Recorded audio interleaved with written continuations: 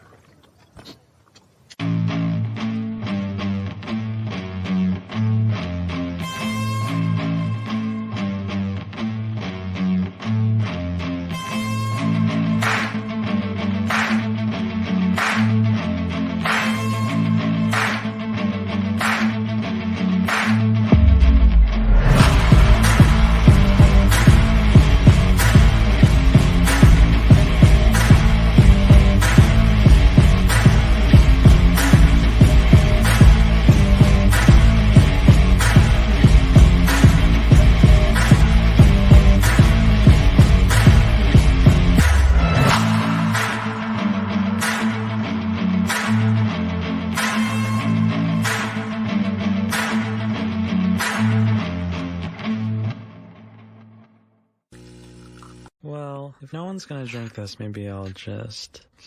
Ugh, that's terrible. That's...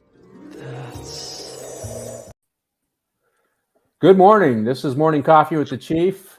I'm your host, Patrick Jordan, and we are here to go over a great movie called Fort Apache the Bronx. I did 38 years in law enforcement. In addition to doing 38 years in law enforcement, I come from a family of law enforcement officers, so law enforcement has been a big part of my life for my whole life. Before I get into introducing the movie that we're going to review and our guests, I just want to remind you to check out the Los Angeles Mission in downtown LA, the losangelesmission.org. Go to their website.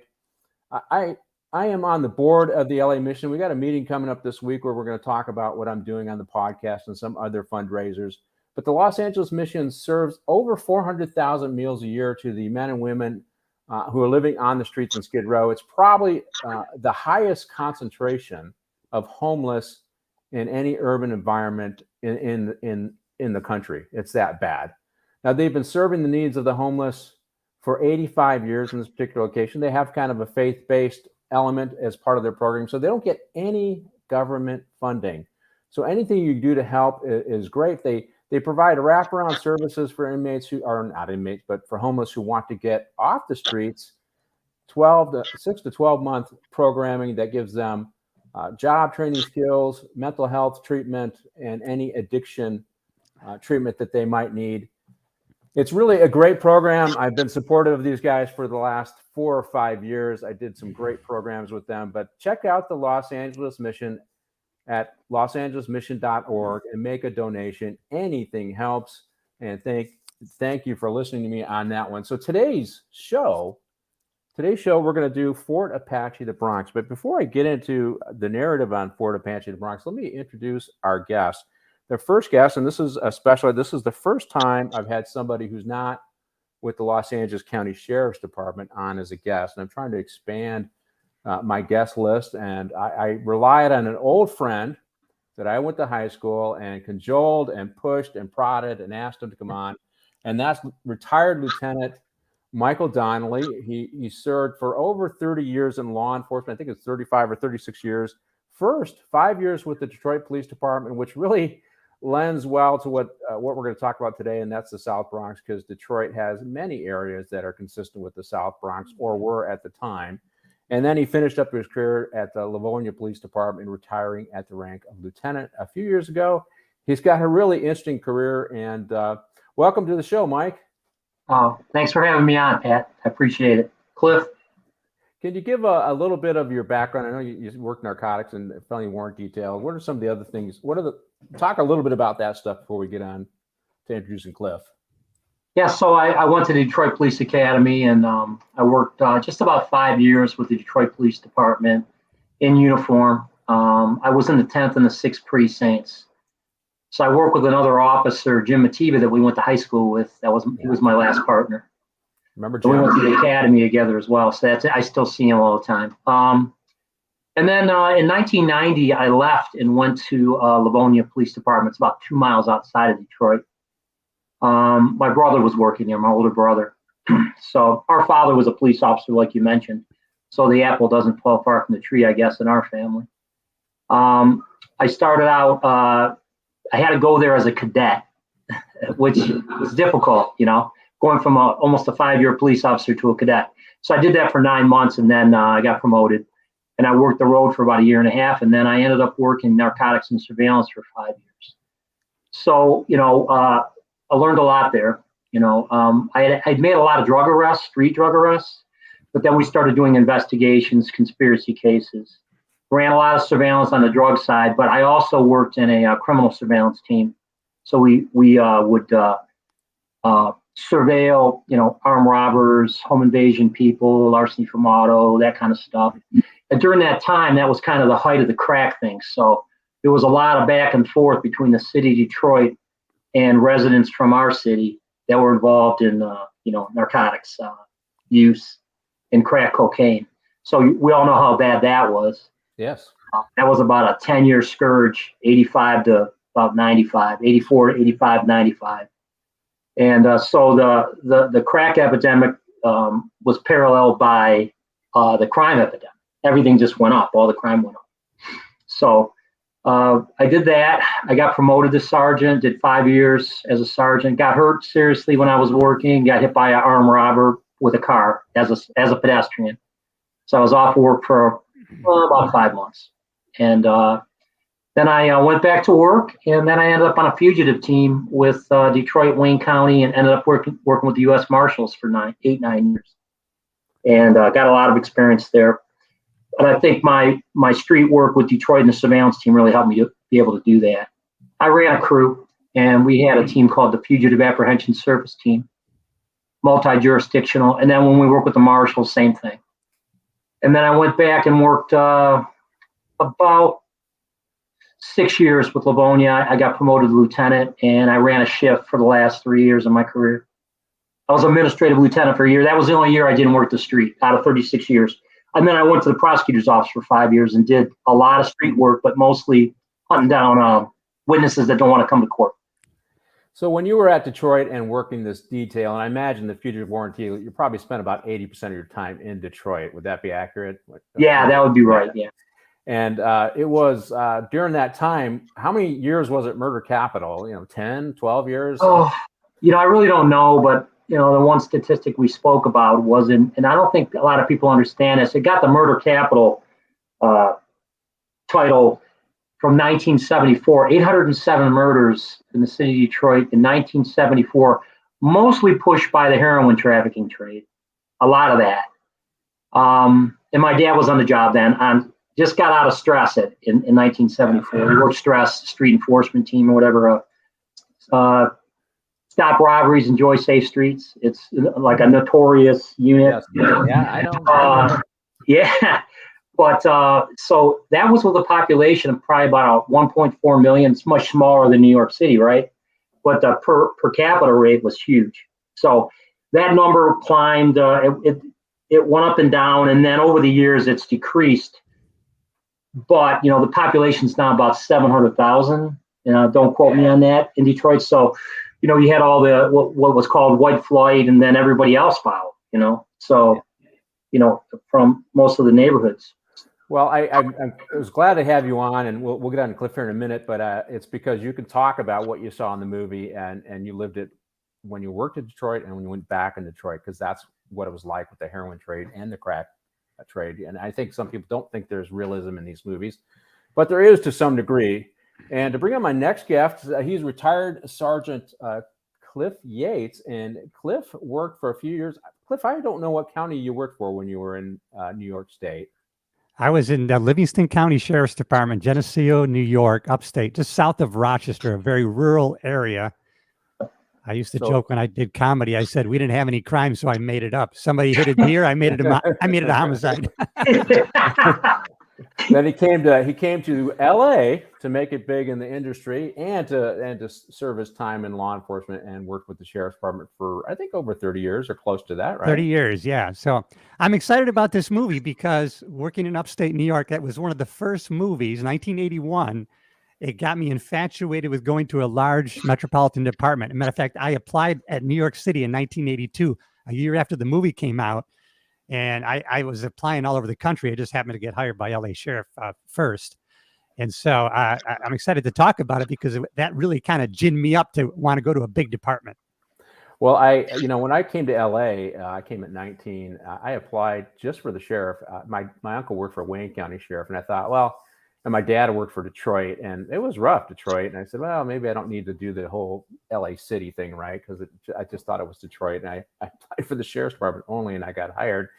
Of course, I knew nothing about LA, and it's just a patchwork of areas that cut through LA. So if you're trying to avoid the urban woes and you work for the sheriff's department, that's not going to happen. So if you're at all on the ball, you're going to get sent down to those areas that are busy. But hey, what year was that, Pat? What year was that? I joined in '83 and hit the streets in '85. Perfect. Yeah. So Cliff, you also are a comedian and you have your own show. You want to talk a little bit about your podcast? I do a podcast, the Cliff Yates Show. It's all it's positivity, personal growth, inspiration, and that kind of thing. I'm really into that. As a matter of fact, when I was on the department, I got into kind of a negative state. I ended up going to a Tony Robbins seminar. And the next thing you know, when I changed, everything changed for me, even on the department. And I got promoted. I ended up facilitating some leadership courses for the department. So I've been on that trek ever since, and I like to do what I can to have a positive impact on other people. Well, Cliff did come to work for me. I think it was one of those down points he came to work for me, and I treated him well. I treated everybody well. I'll argue I had the Island of Misfit Toys there for a while because a lot of people came to work for me who were in trouble, and we turned that Island of Misfit Toys to a bunch of toys everybody wanted, right? So absolutely. So let's get on to our show. Yeah. Let's get on to our show here, and this is Fort Apache the Bronx. It was released in 1981. It's a crime drama, and it stars Paul Newman and Keith Wall. Those are the two primary guys in this, but it's also got some other great actors in here. We got Ed Asner, Danny Aiello, and the beautiful Pam and young Pam Grier in this show. Yeah.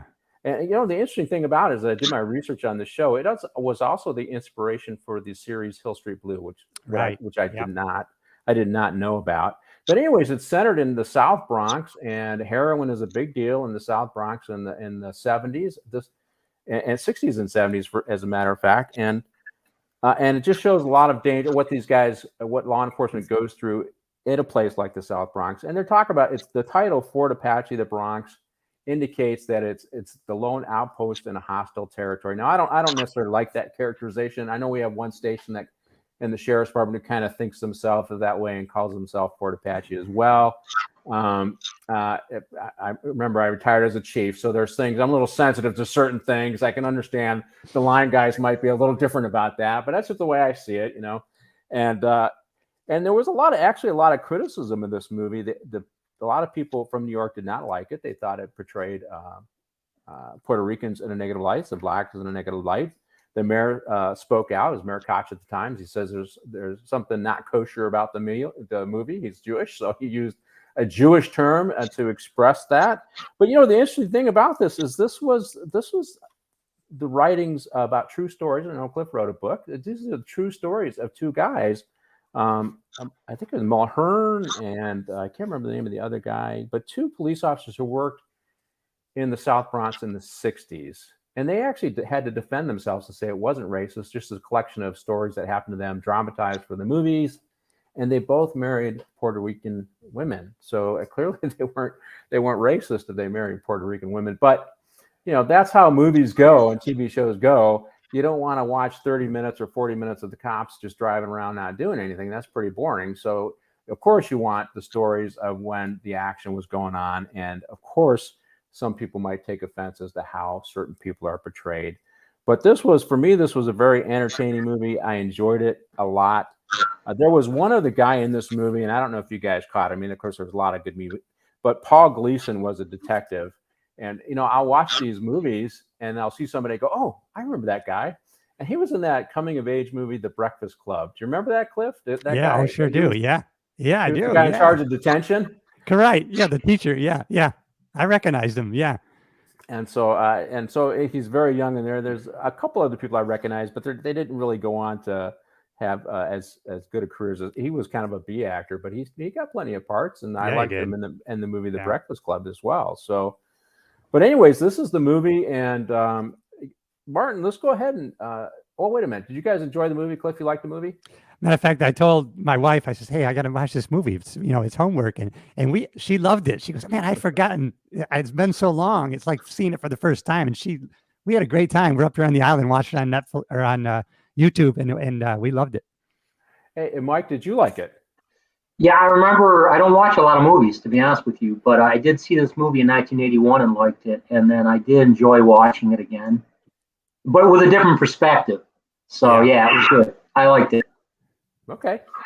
All right. Well, okay. So this let's give us the first scene, Martin, and this is the rookies, murder of the rookies. Now, I wanted to talk about this scene. I mean, there's a lot of things as cops. You look at this and you're always evaluating, why did they let her walk up on them? But sometimes that happens. It just happens. But you're taught not to let that happen and to get out of the car. And so it was a little frustrating watching this because it could have easily been prevented had you just been alert. And maybe this lady had some mental illness, but she might have also been on drugs, but clearly she had a plan. And so obviously this kicks off the movie, and it shows that there's anti-cop settlement, of course. Cliff, what do you think of the scene? Yeah, it's kind of I've got it reminding me of the those two deputies that got ambushed down there in Compton working for transit services, right? It's kind of similar to that. And we've had a couple incidents like that happen on the sheriff's department. But yeah, like you said, sometimes you're familiar with people in the neighborhood, you park in a corner, you just, they come up and talk to you. And so sometimes it's not the best tactics, but yeah, I can see it happening. I think the one you're talking about, that guy kind of ran up onto them. He did, yeah. So he definitely was ambushing them, and they didn't get a lot of. And just to clarify, so folks know, both of the deputies survived, but one took a round to the head and still survived. That's correct, yeah. And he had a female partner, and she got him out and got help, but she was also seriously wounded. I think she was shot in the face and the shoulder. Yeah. So it's pretty nasty, and they got that guy. And the negative thing about that particular thing is, and what you see on social media now is, there's people who cheer that stuff. It's crazy. These guys are just sitting in their car, minding their own business, probably doing paperwork. They weren't doing it. They didn't stop anybody. Nobody else was around, and this guy runs up and shoots them both. So this is realistic. It does happen. Mike, what do you think? I know you had your own short story to tell. What do you think of the scene? Yeah, I want to, piggyback on what you're saying. I mean, things happen out there. It's a dangerous job. So obviously you can't cover your six at every minute of the day. It's going to happen. But a couple things. We had a mental health issue and a drug issue with the female, the suspect or the shooter. And you had all those people watching that came up later on and actually robbed the police, and when they were dead, took their guns, their badges, and everything. So you saw that going on. But I had a situation, without taking up too much of your time, that I was somewhat involved in the periphery when I was working on the fugitive team. We had two Detroit police officers killed in a similar fashion, sitting in a marked scout car in an area that was highly populated with prostitution and johns. And they were young officers. They were rookies as well. Matthew Bowens and Jennifer Fettig, very young. They worked out of the 4th Precinct in the city of Detroit. Marked car, uniform. They saw some activity that I think was suspicious, and they rolled up on a John who had his car parked around the corner from the main drag. And he walked up on him when they were still seated in the vehicle. And he opened up on him with a .40 caliber handgun and shot him, semi-automatic handgun, and shot and killed both of them. Stole one of their guns. He was caught the next day, returned himself in. And I was involved in trying to track him down. I didn't make the arrest, but I did recover some spent shell casings next to his home in the alley that matched the spent shell casings at the scene that were, 9 miles away. So, these things happen, and it's very similar. And if people don't think these things happen like this, it does happen. So you it's training, being aware of your surroundings as a police officer, because it's a dangerous job, and mental health issue, kind of the two things joining together. Yeah, I think I'm glad that you guys told these stories, because I think people watch this movie and sometimes they believe all the corruption stuff about police they believe, but the stuff where they're getting shot, they sometimes believe is don't believe, right? But this is reality, and these things can happen. And particularly with the drug trade, the guys who the first people that I know tried to kill me were 2 drug dealers. Fortunately, I got the drop on them. So drugs, and she was clearly under the influence. Pam Grier, the prostitute who killed these 2 guys. It's a nasty trade, and it leads to a lot of different things. It is not a victimless crime as they talk about. And our police officers do at times have the target on their back just because they're enforcing the law. In this case, they're just sitting in their car, not doing anything, just like the transit services deputies are just sitting in their car, not even taking any enforcement action, and they're targeted. So it does happen. And when it does happen, it's a big deal, right? And that kind of brings up the next scene. Briefing, it's up to us, just to clarify, when I do my scenes, I send them to Martin, and I kind of name them, just so as I say them, he's able to bring them up. But this is they do a briefing, and the captain comes in, or they're talking. Cap does come into this briefing. They're talking about the murders and how it's up to them to get the information to help solve the crimes. And what most people don't understand is that law enforcement, the street guys, uniform guys, they're the guys who actually are gathering a lot of the intel that helps solve some of these cases. They might get a little linkage of information. So in this briefing, they're talking about, hey, it's up to us. It's up to you guys to get out there and beat the bushes and get information to find out what's going on.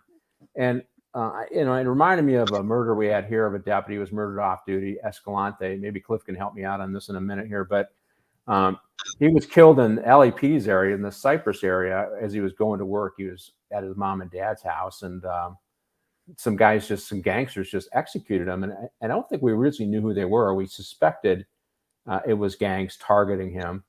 And so they put a task force together. And the only reason, I was the chief of transit at the time, so they came and asked. I had concurrent jurisdiction with LAPD. So my jurisdictions overlapped with LAPD. And they asked, hey, can some of your guys focus on the area where this murder happened, on this gang, and help gather some intel? And I said, yeah. I pushed back on the political folks, and I said, yeah, we'll do it. And so my guys did it, and then Major Crimes was involved. LAPD was involved, of course. Their homicide folks were involved.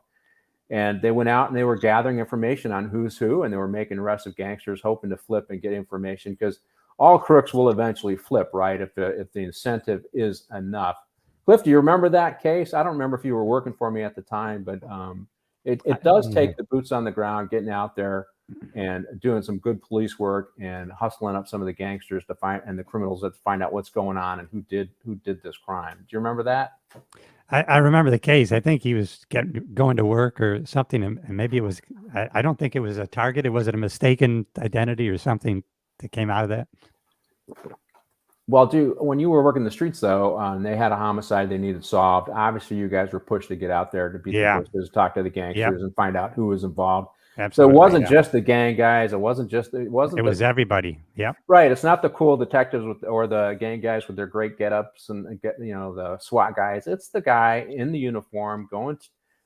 For us, it's 10-8, going 10-8 every day in the field and beating the bushes to get that information that helps solve crime. And that's what I saw in that piece. Do you kind of agree with that assessment? Absolutely. Yeah. It takes. You never know when it's going to. When a tip or just a traffic ticket is going to lead to the information that's going to lead to the arrest. Yeah. We had a case, I think, for some Philadelphia. There was a guy who was riding the transit system, and my guys just did checked him for fare. He didn't have fare and ran him, and he was a murderer, wanted out. I think he was out of Philly. Remember that case? Yeah, I remember that. Yeah, absolutely. Yeah. So the ground pounders are the guys who are on the foot beats, because my guys were on foot beats, and guys working in radio cars. They gather the intel, and they're the ones who bring that information for detectives. Mike, what do you think about that? Were you working Detroit or Livonia, and they push you to get out there to gather some information? Yeah, well, I think making street arrests, officers making street arrests, narcotic-related arrests, where those people can be interviewed, and then you can take a small, petty marijuana arrest. Well, not so much now because that's changed, but even a cocaine arrest. Couple grams, and just build that investigation through an interview from a simple street arrest, and you saw, repeatedly, some of the same officers had a nose for that, would just make, simple arrests. And then the interview would lead to something bigger. And then, 5 or 6 search warrants and arrests down the road. You've, maybe got a couple kilos, or you've got a couple 100 pounds of marijuana or pills or whatever it may be, with guns and cash and that type of stuff. So that type of stuff works. And one thing I wanted to touch on, when you talk about like just street work in general, we had 2 Detroit police officers shot. One of them, Lance Sullivan, homicide detective now, or works for violent crimes with Detroit PD, was shot with his partner, who was somewhat of a rookie. And I don't recall her name, but that gentleman that did that, I'll call him a gentleman, fled Detroit and ended up in LA on the transit and jumped the turnstile, right? Yeah. No big deal, right? But you stop him and you run him in at lean NCIC. Yep. He's wanted for attempted murder. You know what? I remember that because my sister was working for Detroit at the time, and she told me about it. Yes, and I think I was a captain at the time. I don't know if I was the chief, but yeah. And the thing about this is, one of the reasons why I wanted to talk about this is right now there's been an effort to narrow the authority of police, increase the administrative burden. And when you do that and you reduce the effectiveness of the police by narrowing their authority, you're taking certain laws away, or like vilifying them for pretext stops and other things like that. You reduce the information that comes in that allows them to solve crimes. You see that in Chicago and some of the other big cities, that our clearance rate, and for the folks that are listening, clearance rate means you have a certain number of homicides. We'll use homicides, for example, and your ability to solve and identify who committed those murders. And that's a clearance rate, right? And so if you narrow the authority of police, if you make certain things off limits, like they don't want police officers giving citations anymore. Well, the traffic enforcement is another way for gathering information and helping to solve crimes. In this case, we're talking about fair enforcement on the transit system, help to catch a murderer. That's how it's done in police work. And so any one of these social justice warriors or reformists, when they narrow the authority of the police, they don't want the police to be effective. Right. They don't want the police to be effective. And then they say, oh, well, look how expensive they are, and they're not effective. So they're narrowing their authority, narrowing their effectiveness, increasing the administrative burden. Then they say they're too expensive, they're not worth it. So this is a game plan. I don't believe in conspiracy theories, but I can see this pretty clearly, what they're doing. Law enforcement needs the ability to use all of its tools to help keep you safe. And so when you hear them say, oh, they have too much authority, bull. Think about some of the stories that were just told here today.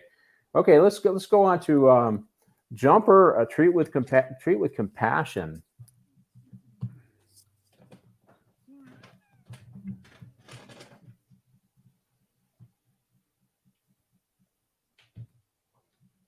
Now, on this scene, these guys are just driving around and they get a call of a jumper.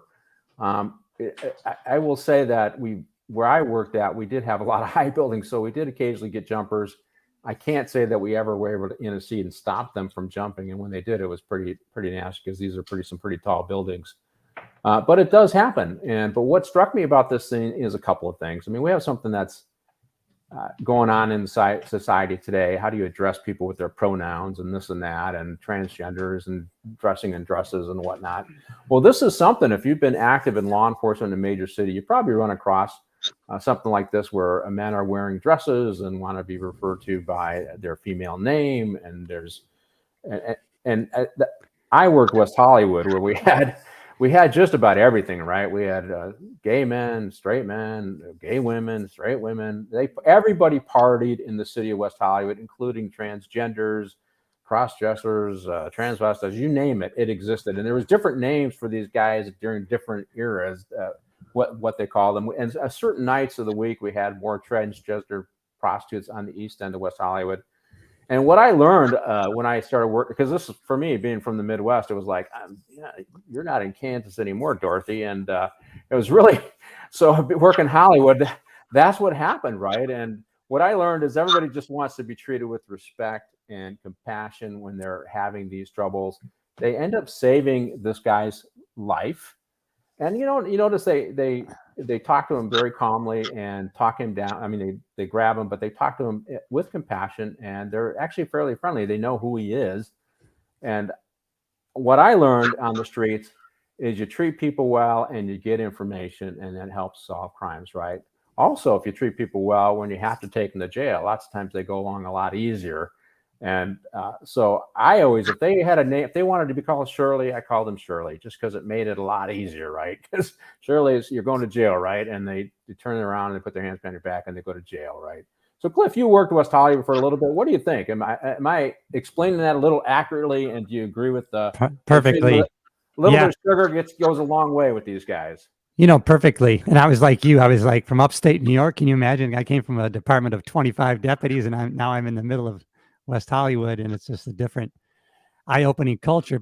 And like you said, we treat everybody that way because these, today they might be a suspect, but tomorrow they could be my witness. So there was incentive to treat everybody with respect because they may be an eyewitness that you may need the next day in an altercation. I had a complaint. I was a lieutenant. I was investigating a complaint on a couple of deputies, and the transgendered prostitute called him for help. John, who was kind of being a jerk, but he was kind of well spoken, and he was not afraid of going up the ranks with this complaint. And he went all the way to the assistant sheriff, which is pretty high in our office. Yeah. And they were kind of, well, why are they doing this? And of course, I knew these two deputies, and they were squared away guys. They were actually reserves. One was a DA from Ventura County, so these were squared away guys. And I was getting pressure to fine for this person, and I didn't agree with it. But I also had the criminal case, so he was arrested by these guys, and so I sent my detectives. I said, all right. I knew that the transgender prostitutes, after their day was done, they went and ate at a local diner called the Yukon Mining Company. Remember Yukon, that's right. Yeah. Oh my God, I used to eat out there all the time. Yeah. So I told my day shift detectives, I said, okay, you guys are going out to the Yukon Mining Company at 2 a.m. and they're giving me a hard time. And I want you to interview, because it's going to be the same prostitutes there, right? They work the street the same night. Every Thursday, go there at the same time and ask anybody if they saw what happened. And sure enough, they did. And, the transgender prostitutes weren't necessarily all that friendly with law enforcement, but they didn't like this guy more than they didn't like cops. So they said, no, those deputies did their job. They gave us a great statement. I was able to clear my complaint as unfounded, and we got a prosecution on that guy. So you're right. Today they're the victim. Tomorrow they're your witness. So treat them well. What do you think, Mike? Yeah, you're dead on with that. I think, it always suits the whole situation to have some empathy for, the people that you're dealing with. And I think in the long run, your career is going to be better, as a law enforcement officer, if you're able to look yourself in the mirror and know that you treated people with empathy and did the best that you could, because there's going to be times where you're going to have to use force. There's going to be times where you're going to have to make arrests that don't go really well. Yep. But if you have a reputation of being a fair and square individual and treating people with respect, I think that goes a long way, not only to, representing yourself, but also the community and the agency you work for. People are going to know the officers that don't do that. I mean, it's going to, the cream always comes to the top, right? And it's the opposite. So I think that's true. I liked in this clip that you're talking about, a couple things. One was they risk their lives, right? I mean, it does happen. I've seen it happen. Overpasses and things like that, jumpers trying to go off and officers grabbing them. That's dangerous. And then, they had empathy for the guy, and they were, took him to the hospital and didn't give him a hard time about his situation he was in. Yeah, they probably could have found some crime to take him to jail on. Instead, they just took him to the hospital and said, treat him, but, don't hold him, just let him out. And, it goes a long way. That was the other thing. I mean, for a long career, if you're going to treat everybody badly, then you're going to be in a lot of fights and you're going to get hurt a lot.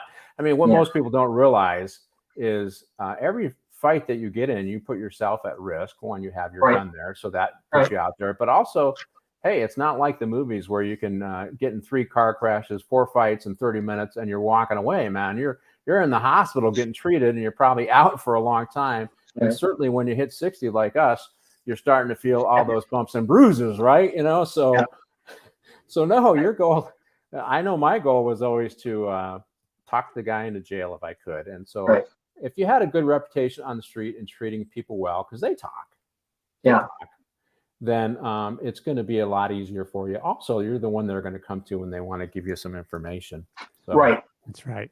So, hey, let's go on to the Island of Misfit Toys. This will be a fun one. We already touched upon a little bit. And so Dugan is the captain that's getting replaced, right? And he's getting replaced by Connolly. And as we get into the scene, so I was at a rally, so I got to talk about Ed Asner a little bit just because it's an interesting story.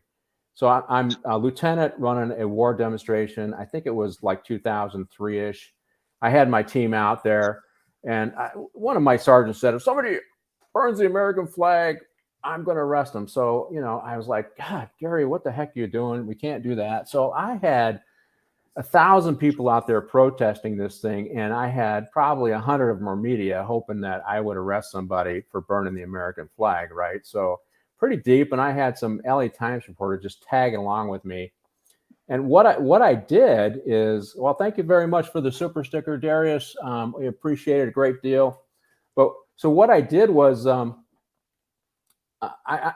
I was taking away this. If they had like a stick that didn't fit the regulations, I took it off the sign off the stick and gave them their sign. And I'm the lieutenant doing this, right? And I had other people working the crowd because I knew if it went bad, because I had some counter demonstrators, I wanted to minimize the number of weapons out there. So I'm standing near the stage, and Ed Asner and who's the other leftist, that Susan Sarandon, and those folks are all up saying how it's our fault that we got attacked. It's all our fault. We deserve it. That's what they're saying. And this LA Times reporter is standing right next to me, and he says, you know, don't they know we were attacked? Don't they know? And I'm thinking to myself, this guy is just trying to get me to say a statement. I'm not going to say that. I just says, you said that, not me. Keep that in mind. I didn't trust the media then. I don't trust the media now. But so that was Ed Asner was up there. Every single war demonstration he could get out there for, he did.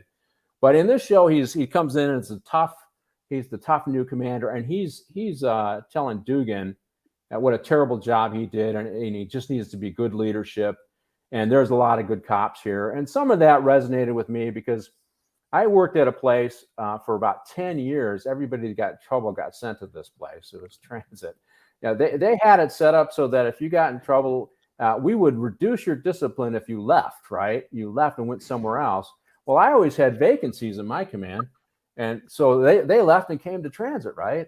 And finally, when I made chief, I called my boss and I said, listen, I am sick and tired of these captains not taking care of their own business and solving their own problems. They got some guy that they're giving 20 days off. You cannot continue to let these guys take 10 days off their punishment if they transfer to transit, which is exactly what they were doing. So we stopped that practice, but in reality, I was left with, you know, there were a lot of good guys in that group. And they were getting unfairly punished. But, you know, whenever I got somebody like that, I always sit them down and talk to them and say, okay, let's forget about what's going on in the past. This is all I need from you here. And I'll never mess with you. If you do the job, you do it well here. Right. And so a lot of those guys appreciated that, you know, they didn't come with a tail, that I wasn't messing with them. I just said, here's our mission. It's a little different terrain. And if you're expecting more than this, I can't give it to you. But if you want to be rehabilitated here, I can help you with that. And I turned a lot of good guys around, and they went on to have pretty good careers afterwards. And actually, I had one guy, he was in trouble, man. I spanked him hard. But I took him out of the Metrolink system and put him in the transit system. And 6 months later, he says, am I in the doghouse forever? I said, no. So what do you want? He says, I want to be a motor. I said, I'll tell you what, let me talk to your lieutenant. Lieutenant says, yeah, he's my hardest working guy. He's working footbeat. He's always on the line. He's always there. I said, okay, tell him he can apply to be a motor. And 50% washout rate in that job, but he made it. He ended up doing his last 2 years as a motor. And, you know, he got in trouble. He was upset about it, but he ended up in a position that paid 4.25% more. And that was pensionable. So he got 5.25% more every year for the rest of his life because I punished him and because I rehabilitated him and because he did his job. So you can turn the misfit toys into something with good leadership. So in some ways, I agree with what Connolly's saying there. You just got to give guys a chance, clear leadership. What do you think, Cliff? You worked for me. Yeah. We had a little bit of that problem, but we had a lot of good guys that were unfairly tainted that came to work for me. Do you agree with that?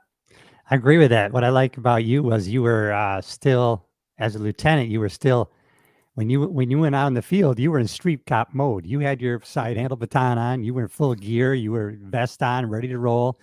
You were ready to take action. You would show up at a call, and if need be, you would take the part of a patrol deputy. So I think everybody respected that and liked that. I certainly did. You know, I was for a while there. We had some budget problems. Mike never heard this story, but so they sent all the. I'm a commander now, right? So I'm pretty high up. And everybody's got to go work the field. And so all the executives, they jump in a car with somebody else. And on our department, we always had a lot of one-person cars, right? And so I said, all right, well, I don't need a partner. I'm going to go jump in the car myself, right, and go 10-8. And so I did that, and I go right to the orange line. And 20 minutes after being deployed, I got a felony arrest, right? And so I run the guy. He's got a felony warrant. I can't remember what it was for. And of course, the radio goes up. They all know who I am, and all the deputies are, sir, where are you, sir? Can you need help? And so pretty soon I have like 4 radio cars there, and just about everything I could handle except the new computer. I couldn't figure out how to log all that stupid information in that you had to put in there, and they were all very impressed that within 20 minutes after going to the field, after briefing, I had an arrest, and they took them away from me, so I didn't have to do any of the booking or anything like that. So I kind of set my reputation. Okay, this guy can still be a street cop if he has to. So thanks for saying that, Cliff. But that's so true. Very true. If you treat people well and you show them and you're willing to do the job that you're asking to do, you can turn things around. That's leadership, and that's what I saw. And I realized by going out by myself and not having the security blanket of a deputy to do all the work, they set me apart from other folks. But it also set the tone for leadership. Mike, did you ever, you know what I mean? Did you ever go to a place where everybody's kind of getting spanked and not appreciated like in this movie? I can't say that. I mean, I worked in 2 different precincts in Detroit, and obviously we had people getting in trouble. It seemed to be the same guys all the time. And when I went to Livonia, it was the same thing. It's kind of the same characters, the same actors, I wouldn't say anybody got in any real serious trouble at Livonia. There was a few times where things happened, but discipline was given. I think sometimes that tends to follow you around a little bit. I think some officers feel like, hey, I'm always in the doghouse, and I did something 4 years ago and you haven't forgotten about it. And I think that was a big mistake, because I think they were right. Seems like that kind of follows you around. You don't feel like you get a second chance. And then kind of piggybacking on what you're talking about, when it came to bosses, I like bosses that had done the job, that had actually worked patrol for some time, not a year or 6 months, but actually had worked the job and put their time in. They seem to be better bosses, and if they were a sergeant or they ran a crew, they did something where they were in the stuff, I'll say it, and I always respected, and I learned from those people, so I tried to do that. I tried to be a boss that had, I could walk the walk and talk the talk. You know what I'm saying? Because I worked with some people, and I've seen people in my career that didn't do a whole lot of street patrol, or they didn't do investigations. They didn't have any real background in that, but yet they were running those units later on. Yeah. And it doesn't go over real well, So they start administrating and supervising from the book, not from their knowledge. And, yes. You know what I mean? Yeah, no, I agree with you. And it's really the person who understands policy and understands how the rubber meets the road is really what you guys are talking about, are the valuable leaders. I personally enjoyed working the streets. And so so when I went out as a lieutenant, I enjoyed it, and I enjoyed backing guys up. When you make sergeant and lieutenant, you're not really doing a ton of police work, but you get to back people up a lot and be there. Right. And I had some investigative crews as a lieutenant as well, and I always went on the warrants because I could feel like a cop again, right, instead of an administrator. So I definitely enjoyed it. But I think with good leadership, that's what guys are looking for. And if they feel like they got good support and they have a good leader, that their attitude can change if it's done right and they're treated fairly. And so Connolly, that as a character, he's right. There's good cops at that place, and if they're led the right way, I don't think he necessarily leads them the right way here. I think he goes off a cliff. But let's he does go. Yeah, he does. Yeah, and it gets them all into trouble there and creates a lot of problems. And I've seen guys like that. They don't listen to anybody, and it becomes a big problem. And they got to learn the hard way. Right. And it's funny when you become executive. I think a lot of people. So I spent the last 20 years of my career as an executive. So I'm one of them, you guys. But when you become an executive, some guys think that they need to know everything. No. Right? Yeah, I that's a never. problem. Yeah, and that's a problem. And as an executive, I realized I didn't know everything. I knew a lot, and I was more than willing to learn from others. Yeah. And you had to have a little bit of your BS meter on when you talk to some folks, because sometimes you get a snow job from guys. And but I realized that I was a generalist at just about everything, and I was pretty good at it. But I listened to the specialists, but I also understood that everybody has their own motives. Some specialists tend to specialize their way out of a job, which was one of my sayings. Don't specialize your way out of a job. Remember where you came from. And so I always had to remember how I used to work, but also take the advice of people who had more experience in different areas than I did. So after a while, not that many people had that more experience than me. I did 38 years. But they had varied experience that I didn't have. So, anyways, go ahead, I was Mike. going to just say, you have to learn how to trust your people. Yeah. So if you're trying to do that, like as a frontline supervisor or as a lieutenant, that's as high as I went. But they're not going to like you or respect you if you're trying to do your job for them all the time. They want to do their job, and they want you to trust them. And if you can't do that, and you're always doing it for them, then especially when they're younger officers, they're not learning how to do the job. You have to let them do the job. And sometimes there's mistakes. You got to sit back from the perch and watch what's going on, and then maybe save them at the end if there's a problem. But they're going to make a few mistakes along the way. So you got to let them do that, as long as they're not critical errors. And when it comes to that, sometimes errors are so big, there's nothing anybody can do. You can't be there for every officer at every moment. So you can't protect everybody all the time. No. Well, let's bring up the next scene, the pimp. And in this scene, it's this pimp is kind of slapping the heck out of Pam Grier here. And when I started working, we had a lot of prostitution in West Hollywood, both on the Sunset Strip, which women generally worked, and then on Santa Monica Boulevard, it was the men, the boys, and transgender generally worked. So we had a mix of different stuff, and we did have pimps out there, but nothing like this where they're wearing furs or anything like that. So, but guys I worked with who had worked at West Hollywood in the 70s said that some of that did exist when they were still working the streets. But one of the things I wanted to talk about in this scene is the change in narrative that I don't necessarily disagree with. In fact, I agree with it, that prostitutes are seen as women and young men who are trafficked. So they're trafficking victims. They're not necessarily seen as suspects. Now, I know there's a little bit of gray there because some people are independent and know exactly what they're doing when they're in the sex trade. But a lot of these young people get trafficked into the sex trade. And I kind of like that flip that we're looking at and more victims, because in Hollywood, they would get off the bus and they would be picked off by some of these folks, turned out, and suddenly they're from Iowa and they're turning tricks, whether a guy or a girl, on Santa Monica or Hollywood or Sunset, fairly quickly by these unscrupulous and vicious people. So I agree with that narrative. Cliff, what do you think of that? Yeah, I was surprised that just recently, just learning how much trafficking actually is going on in Los Angeles. And we had several groups. We had a group that a couple members of the department worked with. Children of the Night was out to help some of these folks that got caught up in this prostitution. Yeah, I just think switching it from their suspects, right? Yeah, to victims was a good thing. Human trafficking.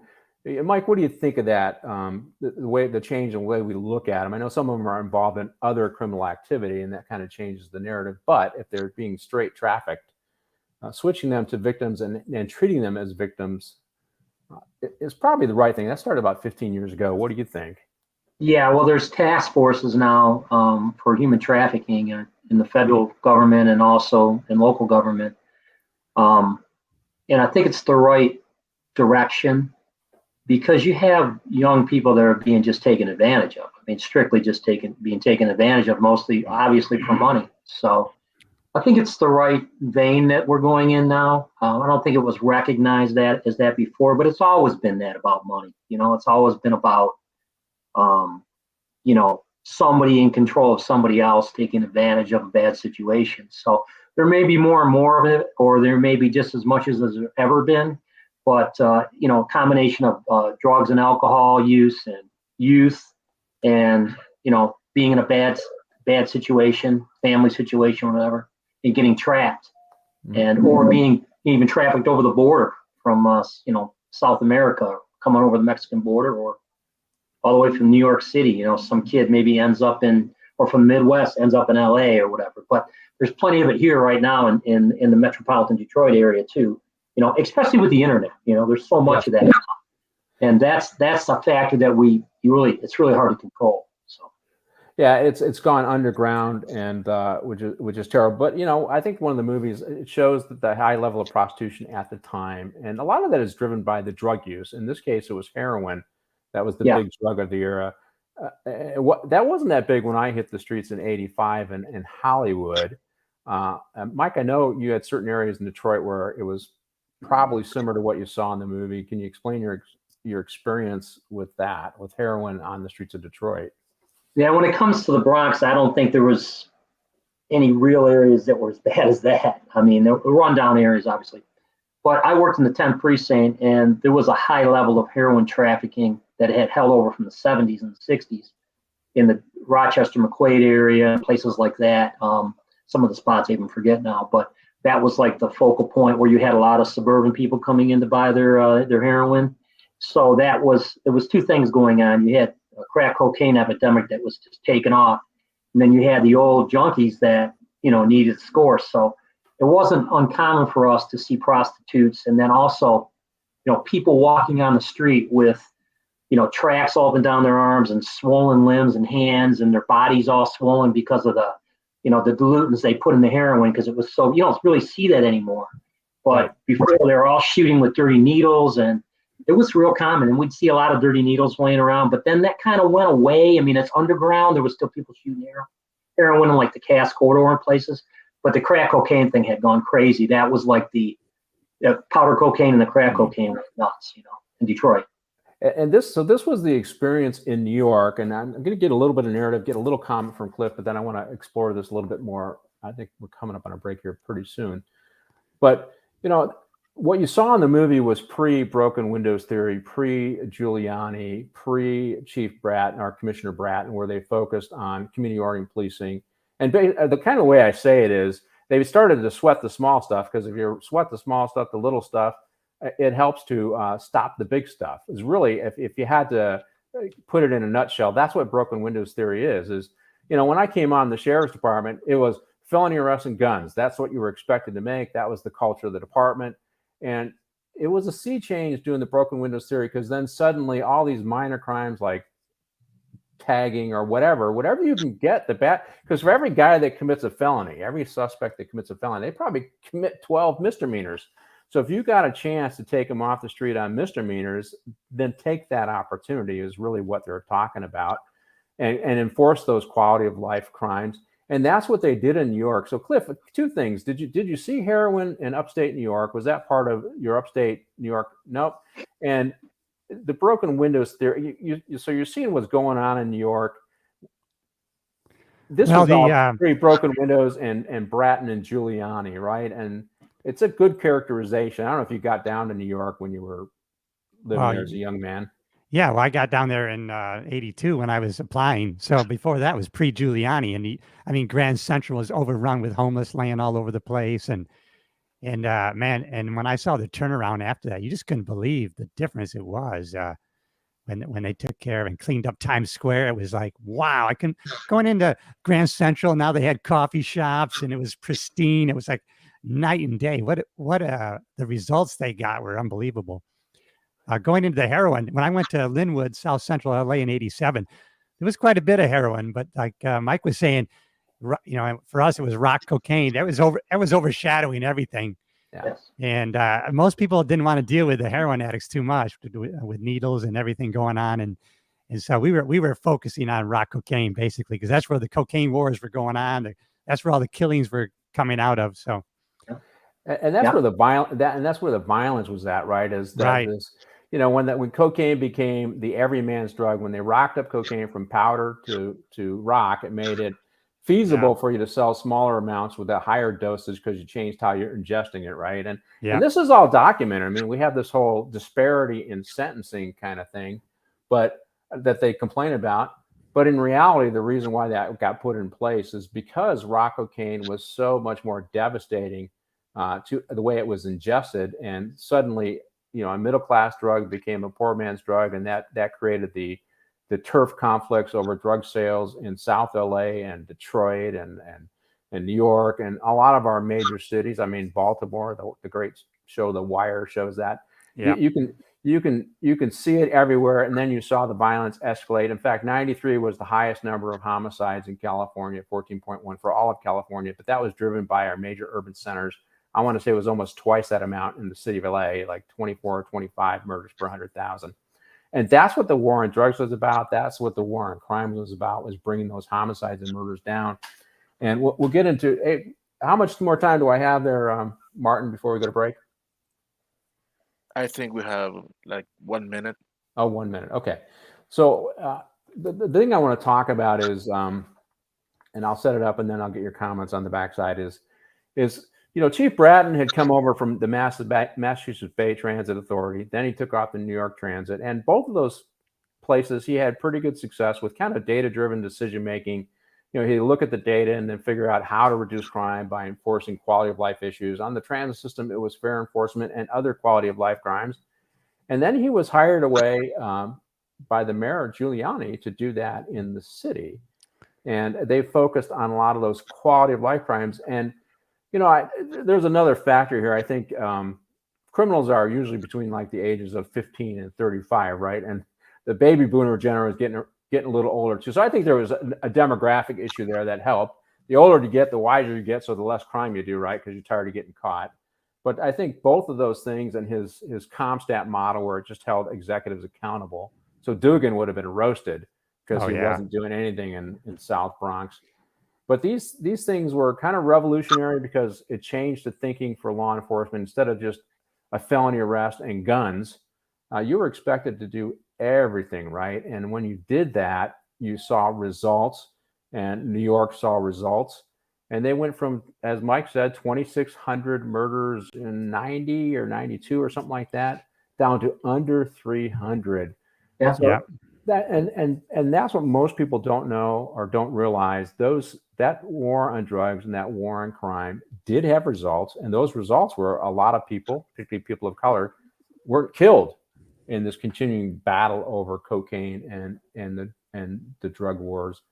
I think we're just about ready for a break there, Martin, and then I'll get your guys' comments on the other side. Hi guys, this is Gary from Pop Culture Minefield here on KGRA, and we're leaving for our first break. I hope we survive. Did you know 75% of Americans are chronically dehydrated? If you struggle with focus, run low on energy, or when it's time to finally sleep, you simply can't, this can all be linked to dehydration, and Fuel Up has the answer. Our proprietary formula contains the finest cellular hydration with the strongest immune-enhancing natural ingredients. The Fuel Up system is made up of 3 different incredibly tasting varieties. Wake kickstarts your day with a jolt of caffeine. Play boosts focus while hydrating your cells. Rest not only helps you relax, but also rejuvenates your cells while you sleep. Here's what our clients have to say. I really don't miss my coffee, and you can tell the difference. So I'm going to take it for the energy. I'm going to take it for the play. I'm going to take it, all day. And it works. That's the thing. It works. We love it. Take the Fuel Up Challenge now, where we offer a Feel the Difference money-back guarantee. Fuel Up for life.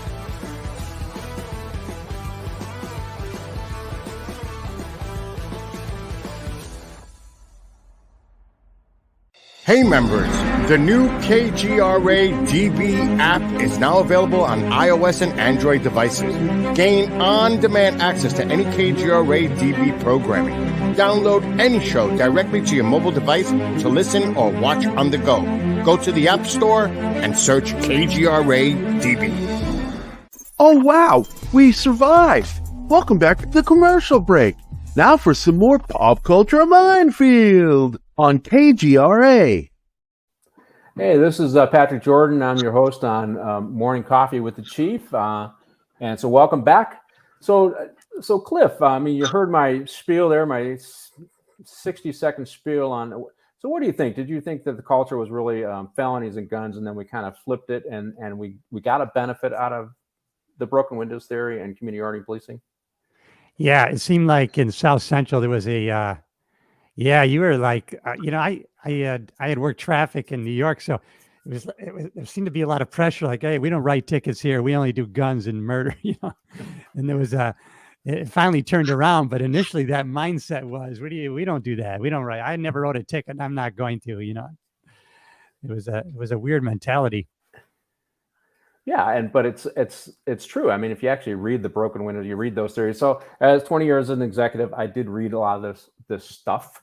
And I mean, so if you want to get guns, I mean, for me, I noticed the traffic guys, they were always catching good stuff. Always, yeah. You never know, they're pulling guys over, right? They're always, they might, their mindset is on speeding, but that guy might be on coke and they have some coke in the car and a gun under the seat. And the really busy guys were always catching something, right? And I mean, we had one guy that 20 a day is what he wrote, right? But he usually made an arrest or two. And sometimes I took them away from those guys so they can go back to what they love, writing tickets. I was never really a traffic guy, but I did enough to keep the lieutenant off my back, and I did enough to make sure it's credible when I pulled people over, I was going to give them a ticket. But the quality of life, when we started enforcing quality of life, I remember one of the things we did when you do the broken windows theory and community oriented policing, we did these things called community surveys, right? So high impact surveys to really find out what the community wants you to do. And we got a comment here. Hold on a second. I'm not going to do that one. Say it again, Martin. That's a two-part commentary. The first part is here. Many years ago, I read a series about a woman being trafficked. One of the victims kidnapped a couple posing as a father and daughter. The woman posed as a student in her school. She went from Florida to Texas. Her family were the only ones looking for her, and the miracle coincided that family found her. They ended up in the same stop, and the kidnappers. Yeah, sometimes these kids get kidnapped and they get traveled all over the country for prostitution. You don't see them for a long time, and they make their way back, but there's usually a troubled family there. So there's something going on there. Usually if we got them underage, we used to put them in what we call soda beds. We're kind of a temporary foster care to get them home. And a lot of them would run away from that too. So yes, they do get trafficked and they go all over the country. But on the broken windows theory, Mike, did you get a chance? Did you see any of that? Well, I remember what I was saying is you had to ask the community what was important to them. And the guy that got burged 3 blocks away, they didn't know about, but that tag on the wall, they saw that every day and they want that tagging dealt with, right? They didn't know about the guy who got robbed 4 blocks away, but that stop sign that gets blown every day, they get mad about that and they want enforcement there. In every single survey, no matter where it was at, whether it was Compton or some suburban community where they didn't have any crime, the number one thing that people wanted dealt with was traffic. Every single one that I surveyed that I was involved in, it was traffic. So, Mike, were you there? Did they implement community policing in Detroit when you were there, or is that something you did more at Livonia? Well, when I worked for Detroit, and even before that, they started mini stations in Detroit in the 70s, and they were trying to more community. They were going towards that community-oriented policing kind of model, where they had mini stations to get police closer to the community, that type of thing. By the time, because of layoffs in the 70s and early 80s, and just trying to get manpower back up, the mini stations were basically all closed. They had PAL, the Police Athletic League, which I think is still working and effective in a certain level, trying to do things for the community. But I would agree with you, if you can't walk to the store because you got drug traffickers standing on your corner, selling dope, and the things that happen that coincide with that, with the robberies and all that, you have to have your law enforcement officers, your patrol officers dealing with that, the small things, or the urinating in public right in the street, abandoned buildings. There's always things that agencies are dealing with, and most of it has to do with what's your budget look like. You know, what kind of money can we throw at this problem? And that's always an issue. You know that because you've dealt with budgets. I haven't, but with the people going inside of it, selling drugs, that kind of stuff. It's got to be addressed somehow, right? So when you contrast what we did to lower crime, and I would say this, community and policing kind of embraced nationwide, and at least in most of our major cities to some degree, and it had an impact.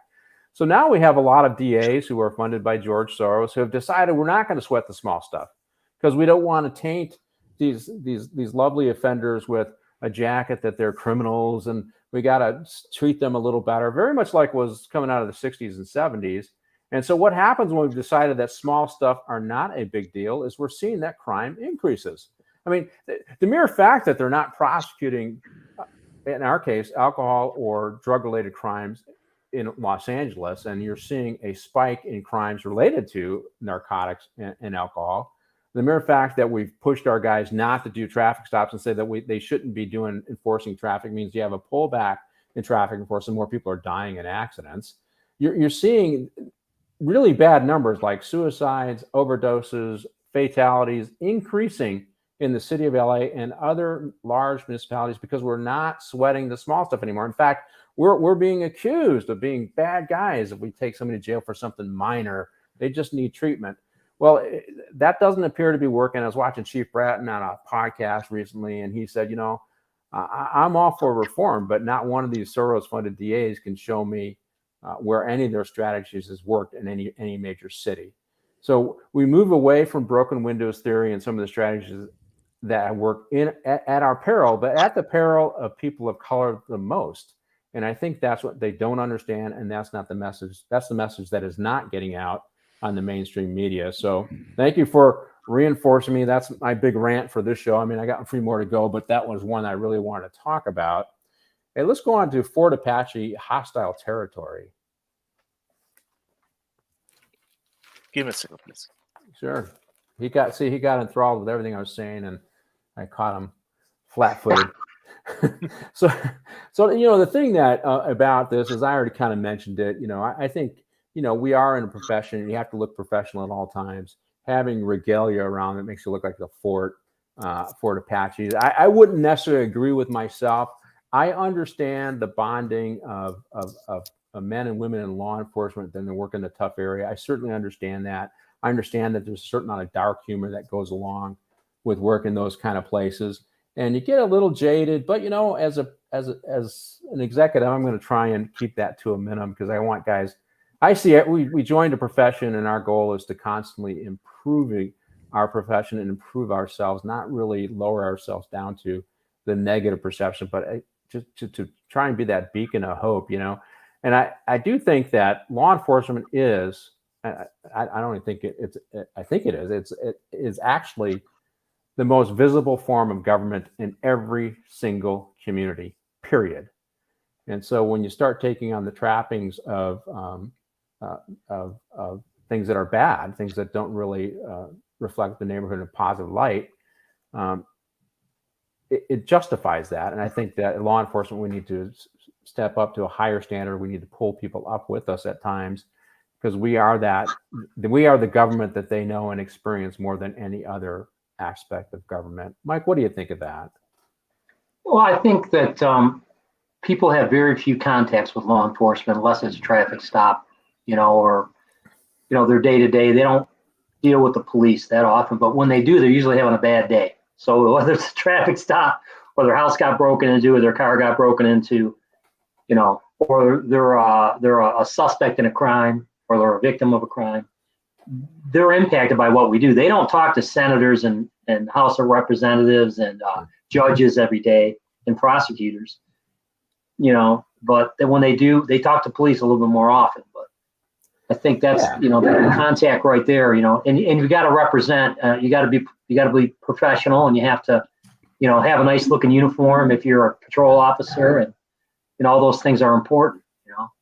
Yeah, we always we had this guys wanted their car to look like a little ghetto ride, meaning, we're ghetto, so the car always looks bad. And we had one captain who was brutal on that. He wanted the cars to look great, and I understood it. I was a sergeant at the time. Wash your cars. Wash your cars, and you're kind of, as a sergeant, you're kind of balancing. The captain's trying to push one thing, and you're trying to connect with the guys in a positive way to get them to understand it. But Cliff, what do you think? Looking professional is a better way to go. Now, you had an experience where it was a little different, and then you jumped in an experience where maybe some of those negative influences happened to you. Man, I was big on uniform appearance. And when I became a sergeant, these people wanted to wear, these deputies wanted to have old patches to make them look, old school. I hated it, man. I just was big on uniform appearance. I didn't like, when I worked Universal, the City Walk, we had to have people from other units work overtime, and man, they were letting people work overtime there in uniform with beards, which I couldn't. I put a stop to it. I wouldn't allow it. Yeah. I can't stand to see someone in uniform with a beard. I mean, maybe that's just way too old school, but I didn't like it. I was big on uniform appearance, and if you remember the study that was done over people who shot police officers, one of the key factors was they looked disheveled. They weren't familiar with their equipment. And so a uniform appearance led them to think that this person is sloppy. They're not too trained. That was my thing. Uniform appearance, man, I was big on it. I know you were too. Yeah, I was one of the initiators, the starters of that universal outpost. I only had 6 guys. I don't know how many you were there when you were there, but yeah, I was a 2-striper. And the thing about that is, it's a tourist place, right? You get millions of people from all over the world. That's right. Yeah. They're seeing for the first time, seeing face-to-face LA law enforcement. So we made sure the cars were clean, and I am probably in, I don't know how many scrapbooks I am. The Japanese bought MCA there for a while, and they were coming over in droves. And I don't know how many times I got asked to pose in pictures. They want to be by my car, and I'm going, why? I'm just a cop. Why do they wanted a picture of the deputy at Universal, his car. And so I believe you have to look. I wasn't fastidious. I thought you looked a little better than me, but you're a good looking guy, right? So you want to look good. I was a little less. I just focused on making sure my stuff was clean. You look sharp. Come on, you're being humble. I did like when I graduated to wearing a suit. Mike, what do you think about uniform appearance, looking good, and making sure the station looks good and professional? Right. So I'm a true believer in that. And I think the trend now is more towards the more casual law enforcement officer in uniform. We're not talking plain clothes, and I've worked both. But now I see the trend for retention purposes, to hire new people, and the officers on the job right now, they want to wear cargo pants that don't look. They're not pressed. They're not uniform pants. They want to wear outer vests. They don't want to wear a ball cap. They want to wear a uniform hat. They want to wear a ball cap or no hat at all. And there's arguments about that, but professionalism is out the window. I believe in a uniform cap, but only not in a tactical situation. I used to go home, and Mike, when he was working he'd have this long ponytail. He didn't have the biker look going on, but he definitely looked like the street look. And I'm thinking about it. So here I am all cleaned up, and my buddy who's working all this stuff looks like the dirtbag, right? It's the way he's supposed to look. And I said to myself, I can never work undercover because I don't think I can pull that off like Mike does. I just never think. Grooming standards are changing. Tattoos. We can never have tattoos that could be shown. But now they're eliminating a lot of those policies. All right, we got a few more clips we got to steam through here. One of the things let's do extraordinary measure, Martin. And one of the things that in this briefing, the captain comes to briefing, and I didn't like this briefing because we got to find these guys and we got to do extraordinary measure. When I heard something like that come out of an executive's mouth, what that meant to me is operate in the gray area, do whatever you have to do, and I don't buy that at all. We took an oath to a constitution. You know what? If you do something that's a little out there, this can't be the first guy that comes down on you, as he actually does, right? And so I didn't like that briefing at all. I did want to give a little bit of history on New York at the time. In 1970, 92% of those being treated for addiction were being treated with heroin. So it was their drug of choice. It was big. And you saw it give way to crack and other things. But at 78, it was 46% were being treated by heroin. So heroin was a big deal, and that's big. The data shows that this movie is portraying that fairly accurately, that was their drug of choice in New York more so than anything else, and it did eventually give way to crack cocaine.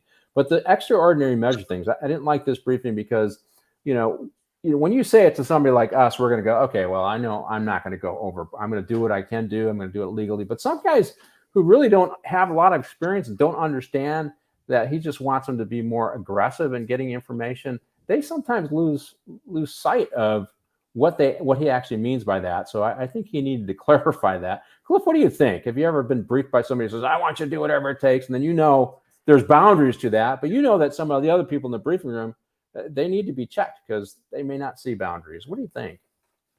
Yeah, I think even in our own department, there's been controversies over executives that said, well, sometimes we need to operate in the gray area. And so that was something, this guy and Asner played, you could tell he was out of touch because he wanted to move all those people out in front of the station.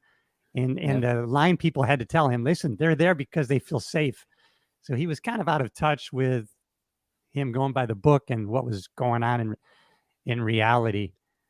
But I lost my train of thought. But yeah. Well, he also suggests that you have to gain respect from the community, and the community's enforcement is gaining respect. And if you want to change what's going on in the community, it's a gradual process where you're focusing on crime. It isn't running out there and doing the raids like he's talking about, and that he ultimately did. So extraordinary measures, I think, can sometimes be taken the wrong way, as you mentioned. If you noticed, he made such a drastic switch in the way things were done. That sparked everything. Yes. Yeah.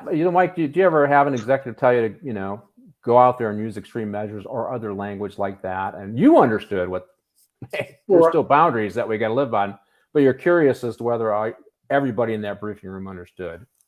Well, I think, when I started with Detroit Police Department, the cracking thing had really jumped off, and we lost a lot of our senior officers because when we came in, they got transferred because they wanted to go do something different, narcotics or get out of the precinct, So we were, it was the blind following the blind there for a minute, especially in the 10th precinct. But I recall in roll calls where they were saying, we want you to hit these A-band houses and we want you to do this. And so, we were like, but we didn't realize the jeopardy that we could be in because we weren't protected by a search warrant.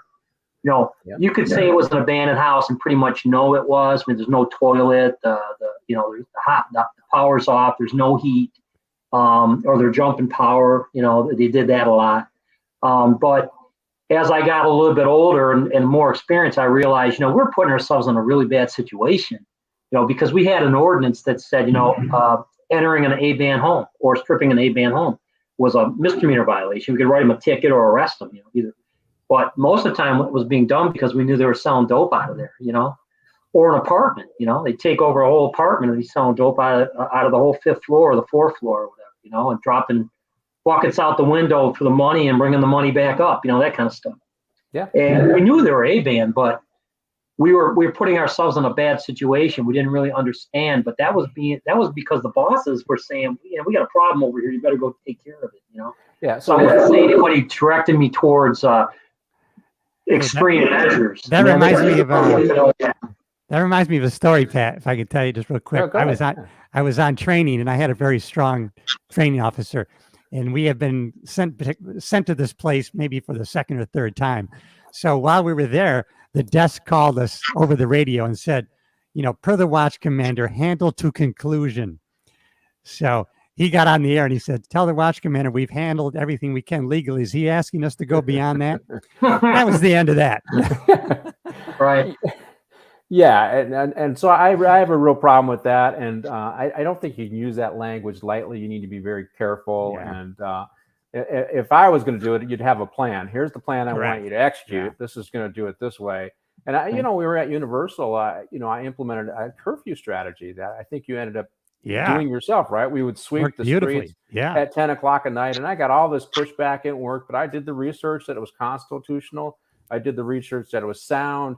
We cited a lot of the kids to juvenile traffic court. I had a process all set up, and I just said, "Watch me," and we did it. And I pushed my guys out there, and we did it, and we cleaned up the problem because we were having gangs coming up there, and they were shooting at each other, creating all kinds of problems. Yeah. But once we started doing that, it kind of became a no-fire zone. We got rid of all the knuckleheads, and gang members could go up there with their girlfriend to a movie, but they were no longer fighting each other because we cleaned them out. At 10 o'clock, they were gone. It was worked beautifully, yeah. But I didn't just tell my guys to go out there and clean it up. I said, here's the strategy we're going to use. This is how we're going to do it. And I was out there with them walking that because we did a curfew line, sweep. Right? Yeah, we did a sweep. We did a sweep, and hit the newspapers. And I think they're still using that strategy. So, and I did that. God, I want to say that was 1990. I did that strategy. So 90, it's been going on for 33 years. But it was constitutional. It was aggressive, and it worked. And that's what I think an executive has to make sure that when they send them out there, they send them out with a good game plan.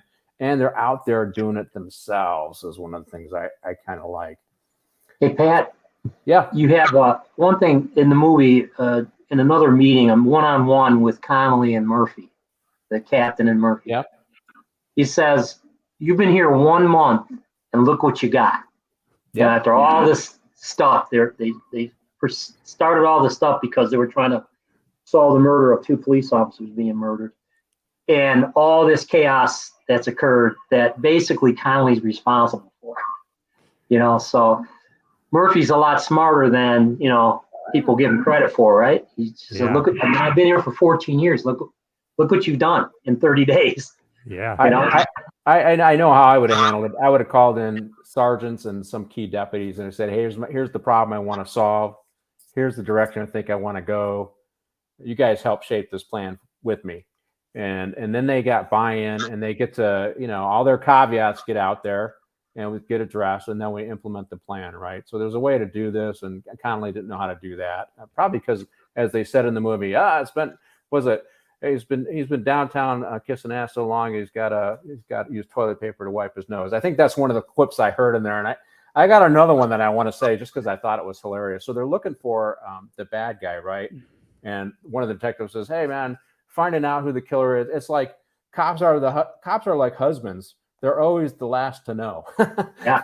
So there's a lot of these little one-liners in the movie that I did like, and I like that one a lot. So very entertaining. But yeah, Mike, I agree with you.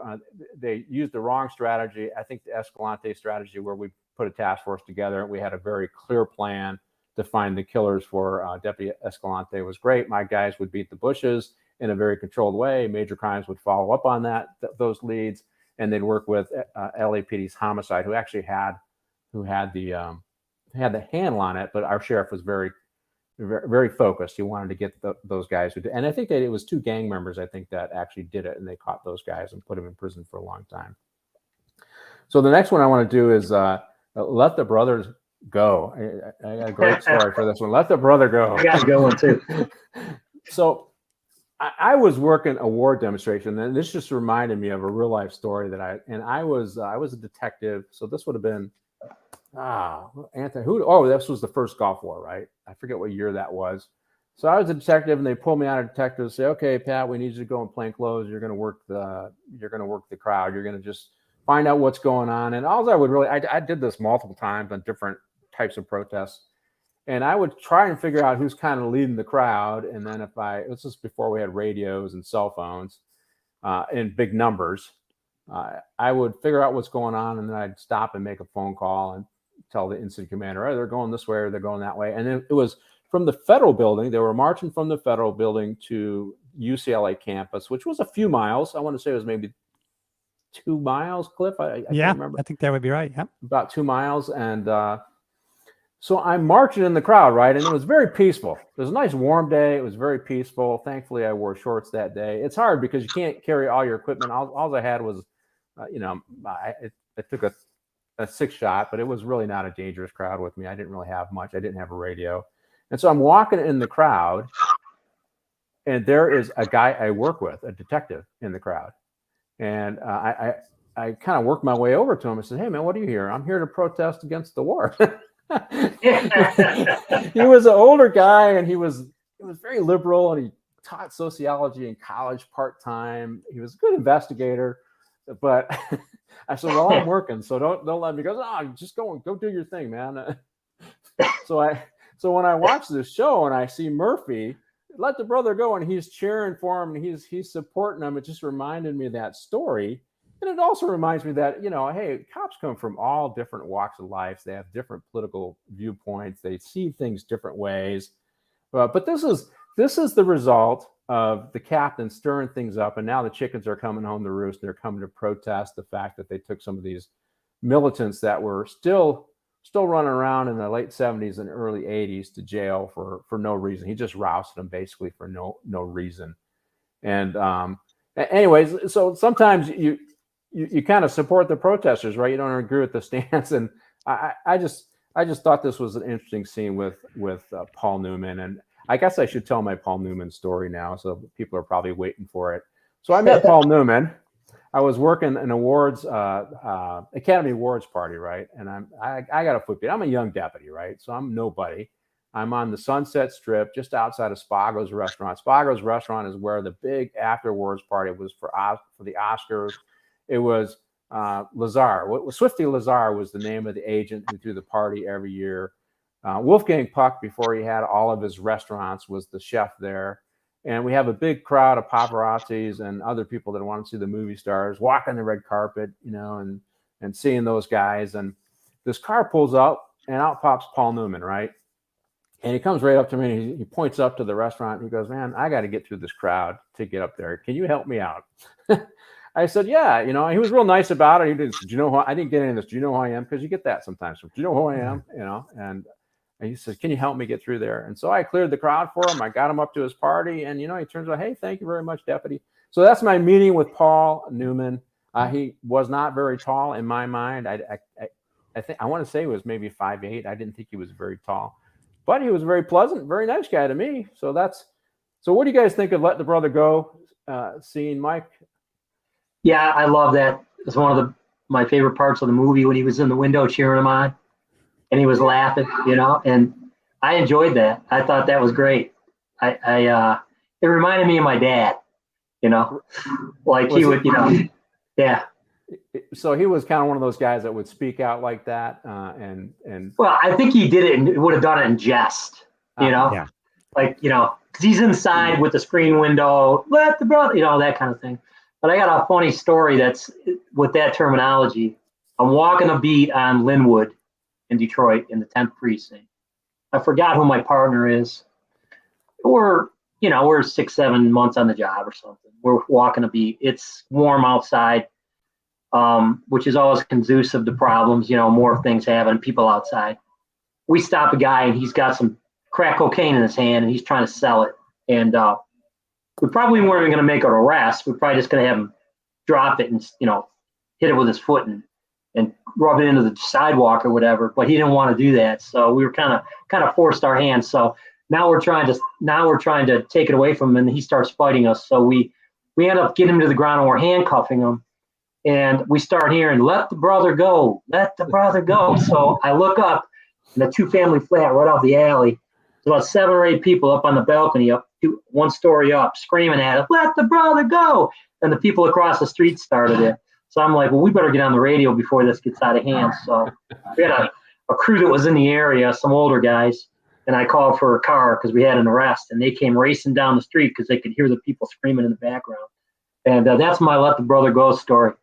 And so the 10th precinct was kind of the epicenter of the 67 riots. So, this is 1986. So I think, that was still kind of hanging on a little bit at the time. I took my daughter back to Detroit and we went downtown for the St. Patrick's Day parade. And so this would have been probably 8 years ago, 7.5 years ago. And she's just kind of in shock. She's looking because, when I moved out here and I started working what they would refer to as a ghetto area or a busy area, and being from Detroit, I'm like, people cut their grass here. What are you talking about? It was completely different than what I was used to, right? And so we're going downtown and so you have to go through a lot of really blighted neighborhoods. So if you think of what Mike said earlier, 1.5 million to 750 million, that means you have 50% of the homes are now abandoned and derelict. And that's what Detroit looks like. So they built up the inner core of the city. They keep trying to build up the inner core, but the neighborhood around it, because Detroit is like 400 square miles, so it's actually a decent sized city. It's about 46 or 36 square miles. Right, but so you have the center core, which is nice, and then an outer ring of the suburbs that went bad and they're blighted. Yeah. And that reminded, when I watched the movie, that's what I'm reminded of. And she says, "Oh my God, Dad, are we okay?" I said, "Well, we're on the freeway. We'll be okay." And we're with some guys who are family members who were packing, right? So I was gonna say, I pretty much worked in every neighborhood in the city doing the fugitive stuff, and then working in the city, and then living in the city. And there's definitely some, rundown areas. It depends really where you're going. I don't want to, paint Detroit with a broad brush too much in terms of blight, but it's nothing like what you saw in the Bronx in this movie. Yeah. I mean, there's some stuff that kind of could look like that a little bit in different areas, but I mean, it's not day and night. You know what I mean? Hey, so Cliff, what do you think about the Let the Brothers Go? It's a funny scene, and any experiences that you can share that would be consistent?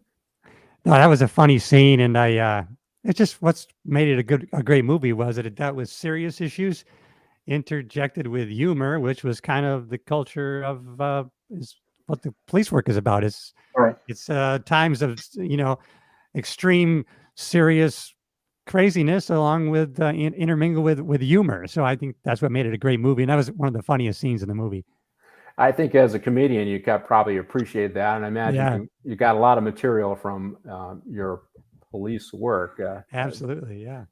I would say, being on a job, I laughed every day. Something was funny. Absolutely. Every day I laughed every day, and some days it was really sad too.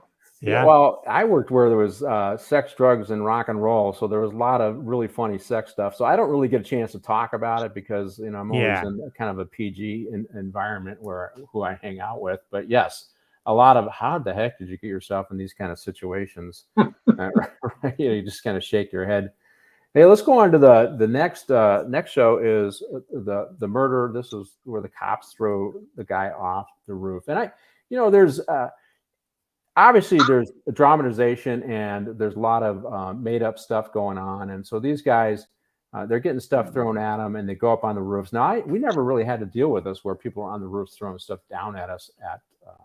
But I guess in New York, they have to do that. This does happen, right? And so they're going on top of the roofs to clear these folks off and stop this assault on them. And these guys, Murphy and his partner, see two uniformed cops and throwing somebody off a building. And of course, this isn't realistic. I mean, I couldn't find any example that this actually happened. So this is purely fiction for the movie's sake. But I did want to throw a number out there because, there's this thing going on that cops killed unarmed people all the time. And I'll give you a stat just for yuck. So cops make about 60 million stops a year. And when you look at the number of police officers or number of people killed in those contacts, I can't remember exactly the number that were killed in those contacts, but when you divide that number, that big number of stops into the number of people that die, it comes out to 0.00002 people who die at the hands of law enforcement each year. And so for the number is so small. I mean, it's not even a fraction of a fraction of a percent. It's a fraction of a fraction of a fraction of a percent. It's so small that, of course, the scene is not realistic, and it's not realistic in society. For every George Floyd, there's 500,000 stops where nothing happens. Is really what we're talking about here.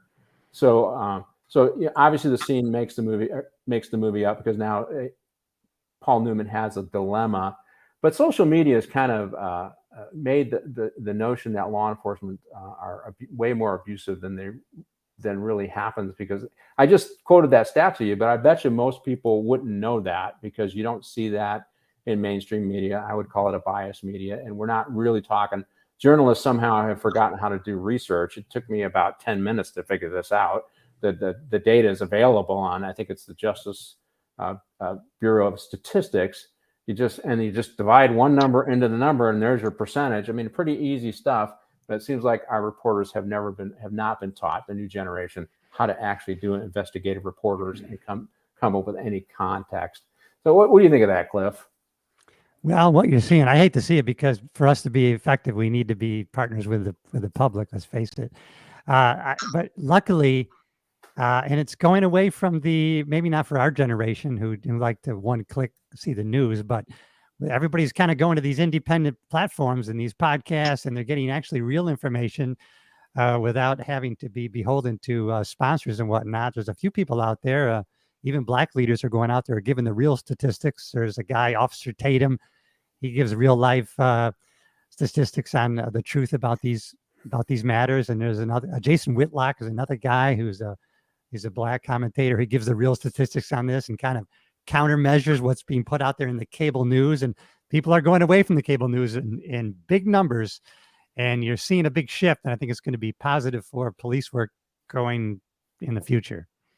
It is one of the reasons why when I was asked to host the show, I said, I don't just want to review movies. I want to review movies and talk about what they really mean in context of today. Correct. And so, I mean, Mike, you heard that stat, and of course, it's not surprising to you. But the media doesn't seem all that interested in putting out there, nor do a lot of our political leaders. And I just, one of the things that frustrates me is, because I'll talk stridently against the Democratic Party on this podcast, and it's not that I have a problem with Democrats because I have Democrats on the show. It's just I feel the war on crime and the war on drugs, the Democratic leadership were part and parcel to passing that legislation. Charlie Rangel helped pass the disparate sentencing laws for crack cocaine, and he's a black senator from New York. The Congressional Black Congress helped pass the crime bill in '93. Hillary Clinton supported it. Her husband signed it. Joe Biden supported it. So all these folks were part of it, and all of them moonwalked backwards 20 years later and refused to support law enforcement. The fact that we're all white and we took people to jail, black people to jail, means we did it only because we're racist, not because we're just implementing the policies that they demanded that we implement. And I remember them saying, hey, if you don't come down and clean up our neighborhoods, you're racist. And now, because we went down to clean up their neighborhood, we're racist. So I have a real frustration with that. What do you think, Mike? Big topic, but I think a lot of what goes on, especially with politics, is agenda driven and power. So, what Hillary Clinton was saying, 30 years ago or 25 years ago was a lot different than what she's saying now. Same thing with Joe Biden. You can look at, he's basically backtracking everything he did and said in the 70s and in the 80s and the 90s. So, that 1994 crime bill was being pushed by, leadership in the religious community, the mayors of every major city, Democratic politicians, trying to stop crime.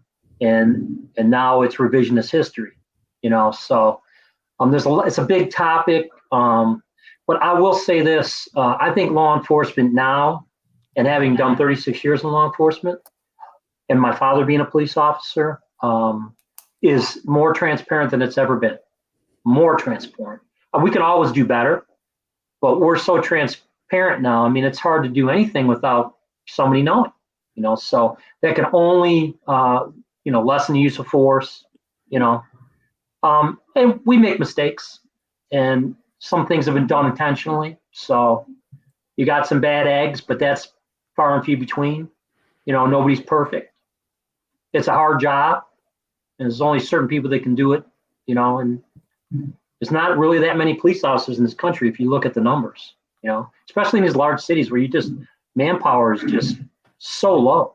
You just go from radio run to radio run trying to put out problems, all these social issues that, that nobody else can deal with except maybe a police officer. So, Yeah, I always refer to us as the social workers of last resort, right? Nobody else wants to be out there at 3 o'clock in the morning dealing with the mentally ill guy or the person who's under the influence, who's having an episode, or the runaway who gets caught. They don't want to be out there. So we're the social workers of last resort.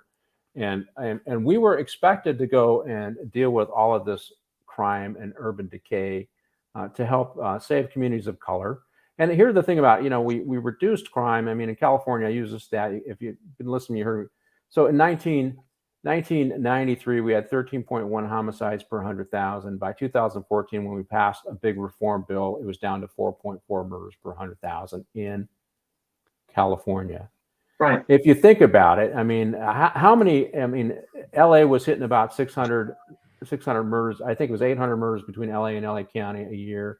If you think about it, if you cut that by almost 2/3, how many thousands of lives have you saved? I mean, we keep talking about disparity.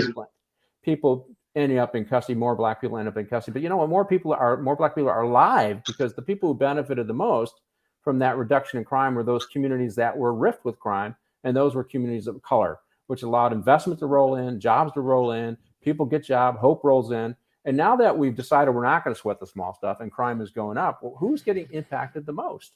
People of color and communities of color and poor communities. That's kind of what's going on. Cliff, you got anything to add on that? No. I just no, I agree with everything you've said on it. Yeah. Okay. I think, real quick, you look at the Terry v. Ohio stop and frisk, which is a Supreme Court ruling, and mere suspicion standard, it's pretty low, right? To stop somebody and frisk them, or even a plain field doctrine, where if you can tell it's dope in the pocket because you're experienced, you can take it off as somebody making an arrest. That stop and frisk policy that they had in New York City, since this is a movie about New York and Giuliani and broken windows theory, that lowered probably homicides by tenfold, because you're getting guns off the street, illegal guns, people that shouldn't be carrying. And so you eliminate that policy. That's one tool that is a huge tool that it's like the hammer. You take it out of your tool bag, and you don't allow them to use it. And the way you portray it is a policy. No, it's a Supreme Court ruling that allows officers to do a specific thing. And it gets so confused, especially by the media. It was just some type of policy that Giuliani threw out there. You still had to articulate your stop. Yeah. I mean, that was never not part of the ruling. You still had to be able to say, I can articulate the reason why I thought there might be criminal activity afoot. So I didn't work in New York City, but I think they were in good grounds with that, and they took it away, or they want to take it away, and your homicide rate and your shooting rate is going to go up. Which is what they're experiencing now, right? Their homicide rate is going up. It's going up everywhere where these strategies are under attack. If the strategies are constitutional, if they're properly implemented, there's this legislation they're trying to pass in California where they're not allowed to ask for consent. Law enforcement officers aren't allowed to ask for consent to search of somebody unless there's other, like they expect you to get a search warrant. So as you guys are all long cops and long-term cops, tenured cops, most people, when you ask for consent to search, say yes, right? And most people do. They do. And so what he's saying is, no, you can't even ask. So it is a constitutional thing. You can, it's within the Constitution to contact anybody you want. You don't have to have a reason to walk up to Cliff and say, hey, Cliff, how you doing today? And you can see that maybe Cliff's under the influence or something's going on with him. And you ask, hey, do you mind if I just pat you down and search you? And Cliff says yes. And you do that. If you find something on him through the plain field concept, Mike, that you're talking about, you understand it's got a pipe on him or something, and you take him to jail. That's all within the Constitution. But in California, they don't even want you to do the law within the Constitution. They want to further restrict and narrow your authority to reduce your effectiveness. And it's absolutely crazy. So even when we do it within the Constitution, they want to stop you from using all the potential tools you have to keep their community safe. And of course, as you do this, what happens? Crime increases. And right. That's what we're living with now. Hey, let's go on to our next scene, evil dealers. So this is, I think we've seen the dealers in a previous scene, but this is really where these guys in this scene, they're dealing dope in the hospital. We all know that's one of the themes here is that there's some dope dealing going on in the hospital, and these dope dealers are selling heroin to some of the people in the hospital, and they're maybe getting some stuff from the hospital folks and turning around and selling that on the street. But these guys are evil, and I really wanted to talk about this because I think that we have a similar situation going on now in today's society. In the last 5 years, fentanyl overdoses have increased by 1,200%. from 2016 to 2021, 12 in LA County. And they're seeing this dramatic increase around the country as well. I think 2021 we had a total of 100,000 overdose deaths in the United States. I think 70,000 of those were fentanyl, and it's increasing. And the rest was the evil sibling methamphetamine was responsible for the rest. But it's killing people in droves. It does remind me of the crack epidemic, although we didn't have as many overdoses with crack, but I mean, you had them. But fentanyl is so dangerous; it's 50 to 100 times more powerful than heroin, and it's just killing people in droves. And I think this pullback. So when I say evil dealers, I just see these guys who are dealing this stuff. They know it's bad, and they still sell it because they're all about the profit. The big percentage, like 60% of people dying, are 39 or years old or less, including high school kids. They're buying pills that they think are OxyContin or Percocet, and it's fentanyl. If you're a cokehead, you're going out and get coke, and they're lacing the coke with fentanyl. They're lacing methamphetamine with fentanyl, and most people don't know if this was the whole John Belushi thing. I think he mixed cocaine, I think, with heroin. And what happens with opiates, and Mike, you can help me out. The opiate is the dominant drug. So if you're mixing an opiate like fentanyl with cocaine, the opiate will be dominant. And Belushi died because obviously he had too much heroin in that dose. But can you correct me on that? That's what I remember being accurate? Is that true? Well, it's my understanding that the opioid shuts down the breathing center in your brain, your autonomous breathing. You don't even think about breathing for the most part, and it basically shuts that down. So that's why you introduce something to reverse that. So that's that Narcan, right? Yeah. That chemical bond that's going inside your bloodstream and your oxygen. They use Narcan to reverse that. So that's what's happening. You get too much fentanyl or some type of opioid in your system, and it shuts your breathing center down. So that's what's killing these people, and it kills them fast. Right. Yeah. This might be their first time using some kind of illegal narcotics that's killing them. Yeah. And if you go to the National Institute of Health, so I'm going to challenge some of you guys to do your own research, you'll find that there are a lot of people who are dying of overdoses, and they don't even know they're buying cocaine or they're buying methamphetamine that's got laced in there, and they're dying as well. So, right. Or they're dying from these counterfeit pills that they think are Percocet, OxyContin, and other things. Right. So that's why I call this scene evil dealers, because these guys know that people are dying and they don't care. And just for clarity, fentanyl is coming from China. It goes to Mexico, and then it comes here. So this has got an international component to it. It's a terrible situation. And I see this as being akin to what was going on in New York at the time. Mayor Koch said, we got to do a war on drugs.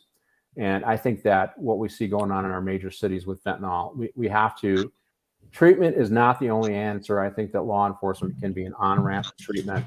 I've helped develop programs like that. I think they could be successful if they're properly implemented, and you stay faithful to the program and you got quality assurance plans. So I'm using terms that I would use as an executive, but these are things that have to be done that sometimes aren't done that well in government. But I think the strategy where we're not using law enforcement is a mistake. What do you think, Cliff? Yeah, I think, it's just, drugs can be a scourge on society, and it just infiltrates, and wherever they can find a crack in a system where they can have product and distribute it, it's going to happen. And it's a war. Yeah. I mean, yeah. So, but that's what's going on today. And I think that people need to wake up and understand that, like in Los Angeles, if you're caught with fentanyl, the DA here won't prosecute you, right? So a lot of people who are using drugs are also selling drugs. So catching them with drugs is an opportunity to get them off the street so they're not selling to somebody else, but also to get them treatment. I oversaw the educational and treatment programs in the LA County jail system, the largest in the country, 18,000 inmates. And we implemented a drug and alcohol treatment in custody. It was very successful. The first thing we did is we didn't implement it. We just worked with public health, and they came in and they used evidence-based strategy. I read it because sometimes I don't believe in the strategies, but I read it. And I double checked. I read their curriculum. I double checked what they were going to do, make sure that it fit the evidence-based protocols for the industry. And we implemented it. And we started at 600 the first year, and it expanded to about 3,000. But we did a survey. 85% of people in jail had some kind of addiction problem. So addiction is driving big stuff. You have to deal with addiction if you're going to lower crime, and you can't deal with it without some level of coercion. Having drug courts, or it can be soft coercion, but if you have some level of coercion, you bring the people in front of a judge, you get a chance for diversion, but real diversion where they're going through treatment. And if they continue down their path, you put them in jail or prison and you give them effective treatment there. I think that's where we dropped the ball in the war on crime, is that correctional part. We weren't really focused on the correction part of corrections. And I think had we been better at that, we'd have better outcomes. But that's where I think we need to go. And I just think these guys that continue to sell this poison and watch people die are evil. That's why I called it. But let's go to Hot Shot. And this is I don't know how often this probably happened in the 60s and 70s or today, but these dealers recognize that the nurse, this is Paul Newman's love interest, she lives in the neighborhood, and she's an occasional user of heroin. In her mind, it helps her relieve the stress. I never really believed that I needed any kind of, I worked tough areas and went through some tough stuff, but I didn't turn to drugs and alcohol to solve my problems. But so I think some of that is oversold here a little bit, but they don't like the fact that she's dating this cop, right? And they think that she's going to lead him directly to them. And so they decide that they're going to give her a hot shot. They're going to give her a dose of heroin that is so powerful that once she takes it, it kills her. And this, of course, just adds to the narrative of the hot shot.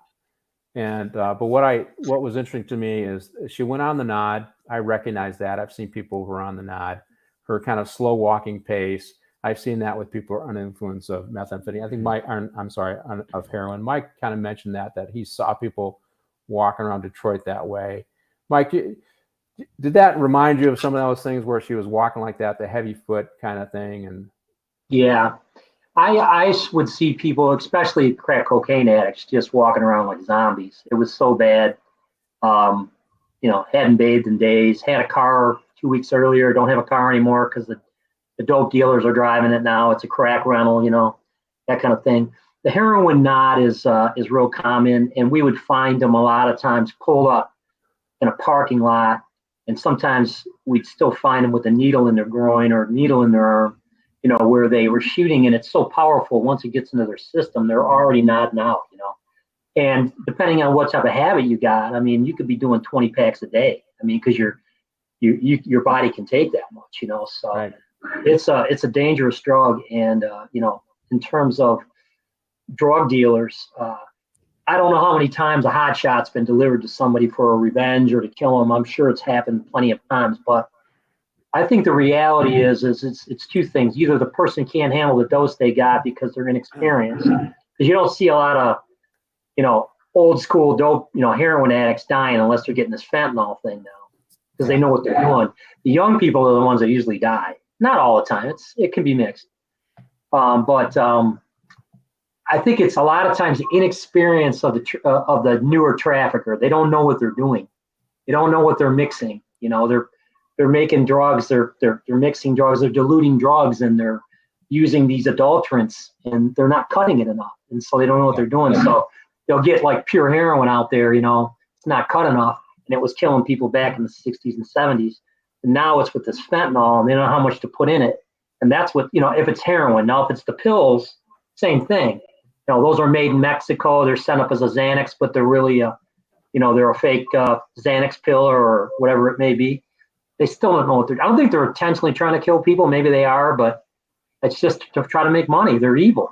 It's all about the money. They don't care about the deaths. Yeah, I think I don't think they. It's all about the money. They're not really concerned about the fact that more people are dying because that. So, Cliff, have you ever seen somebody on the nod, going on the nod, where you stop them and you talk to them and you see it? Yeah, we had areas in Linwood that were that's where most of the junkies were. And when I was on training, my training officer took me down there to show me the symptoms and what people And then he just showed me a lot of people that were on the knot, and it was just a distinct difference from, like Mike said, those people that were on crack that we would see throughout the whole night, and they actually did look like zombies, right? They'd be up for 4 or 5 days in a row.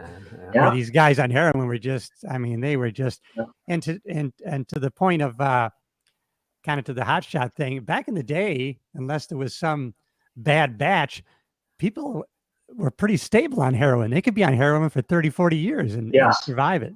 Yeah, but they can't survive fentanyl.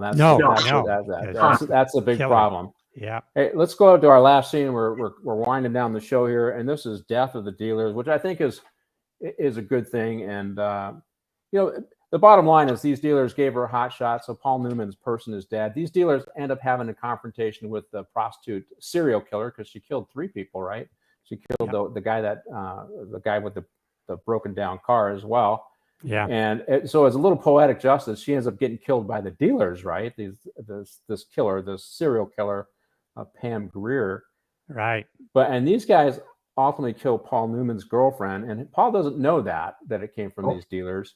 And he ends up being the guy that shoots it out with these guys and at least kills one of these guys in the hospital. It's a little unrealistic that a street guy is going to be putting a harness on and breaking into the back window to take these guys out. It's going to be some kind of SWAT guy, some guy that runs 10 miles a day and eats nails for breakfast. Not the smart, wisecracking street cop going to do that, but it's Paul Newman, so we got to have Paul Newman doing that. So I one of the quotes in here, I got to do this quote because I thought it was hilarious. So the dealer shoots the doctor, right, and he says, "One doctor here needs a doctor. The next one's going to need an undertaker." Remember that one? I like this guy's character. I thought that was a funny line. Obviously, it was a very serious point in the movie, but just the way he delivered the line, I thought it was pretty good. So what do you think of the scene, Mike? Poetic justice for the dealers?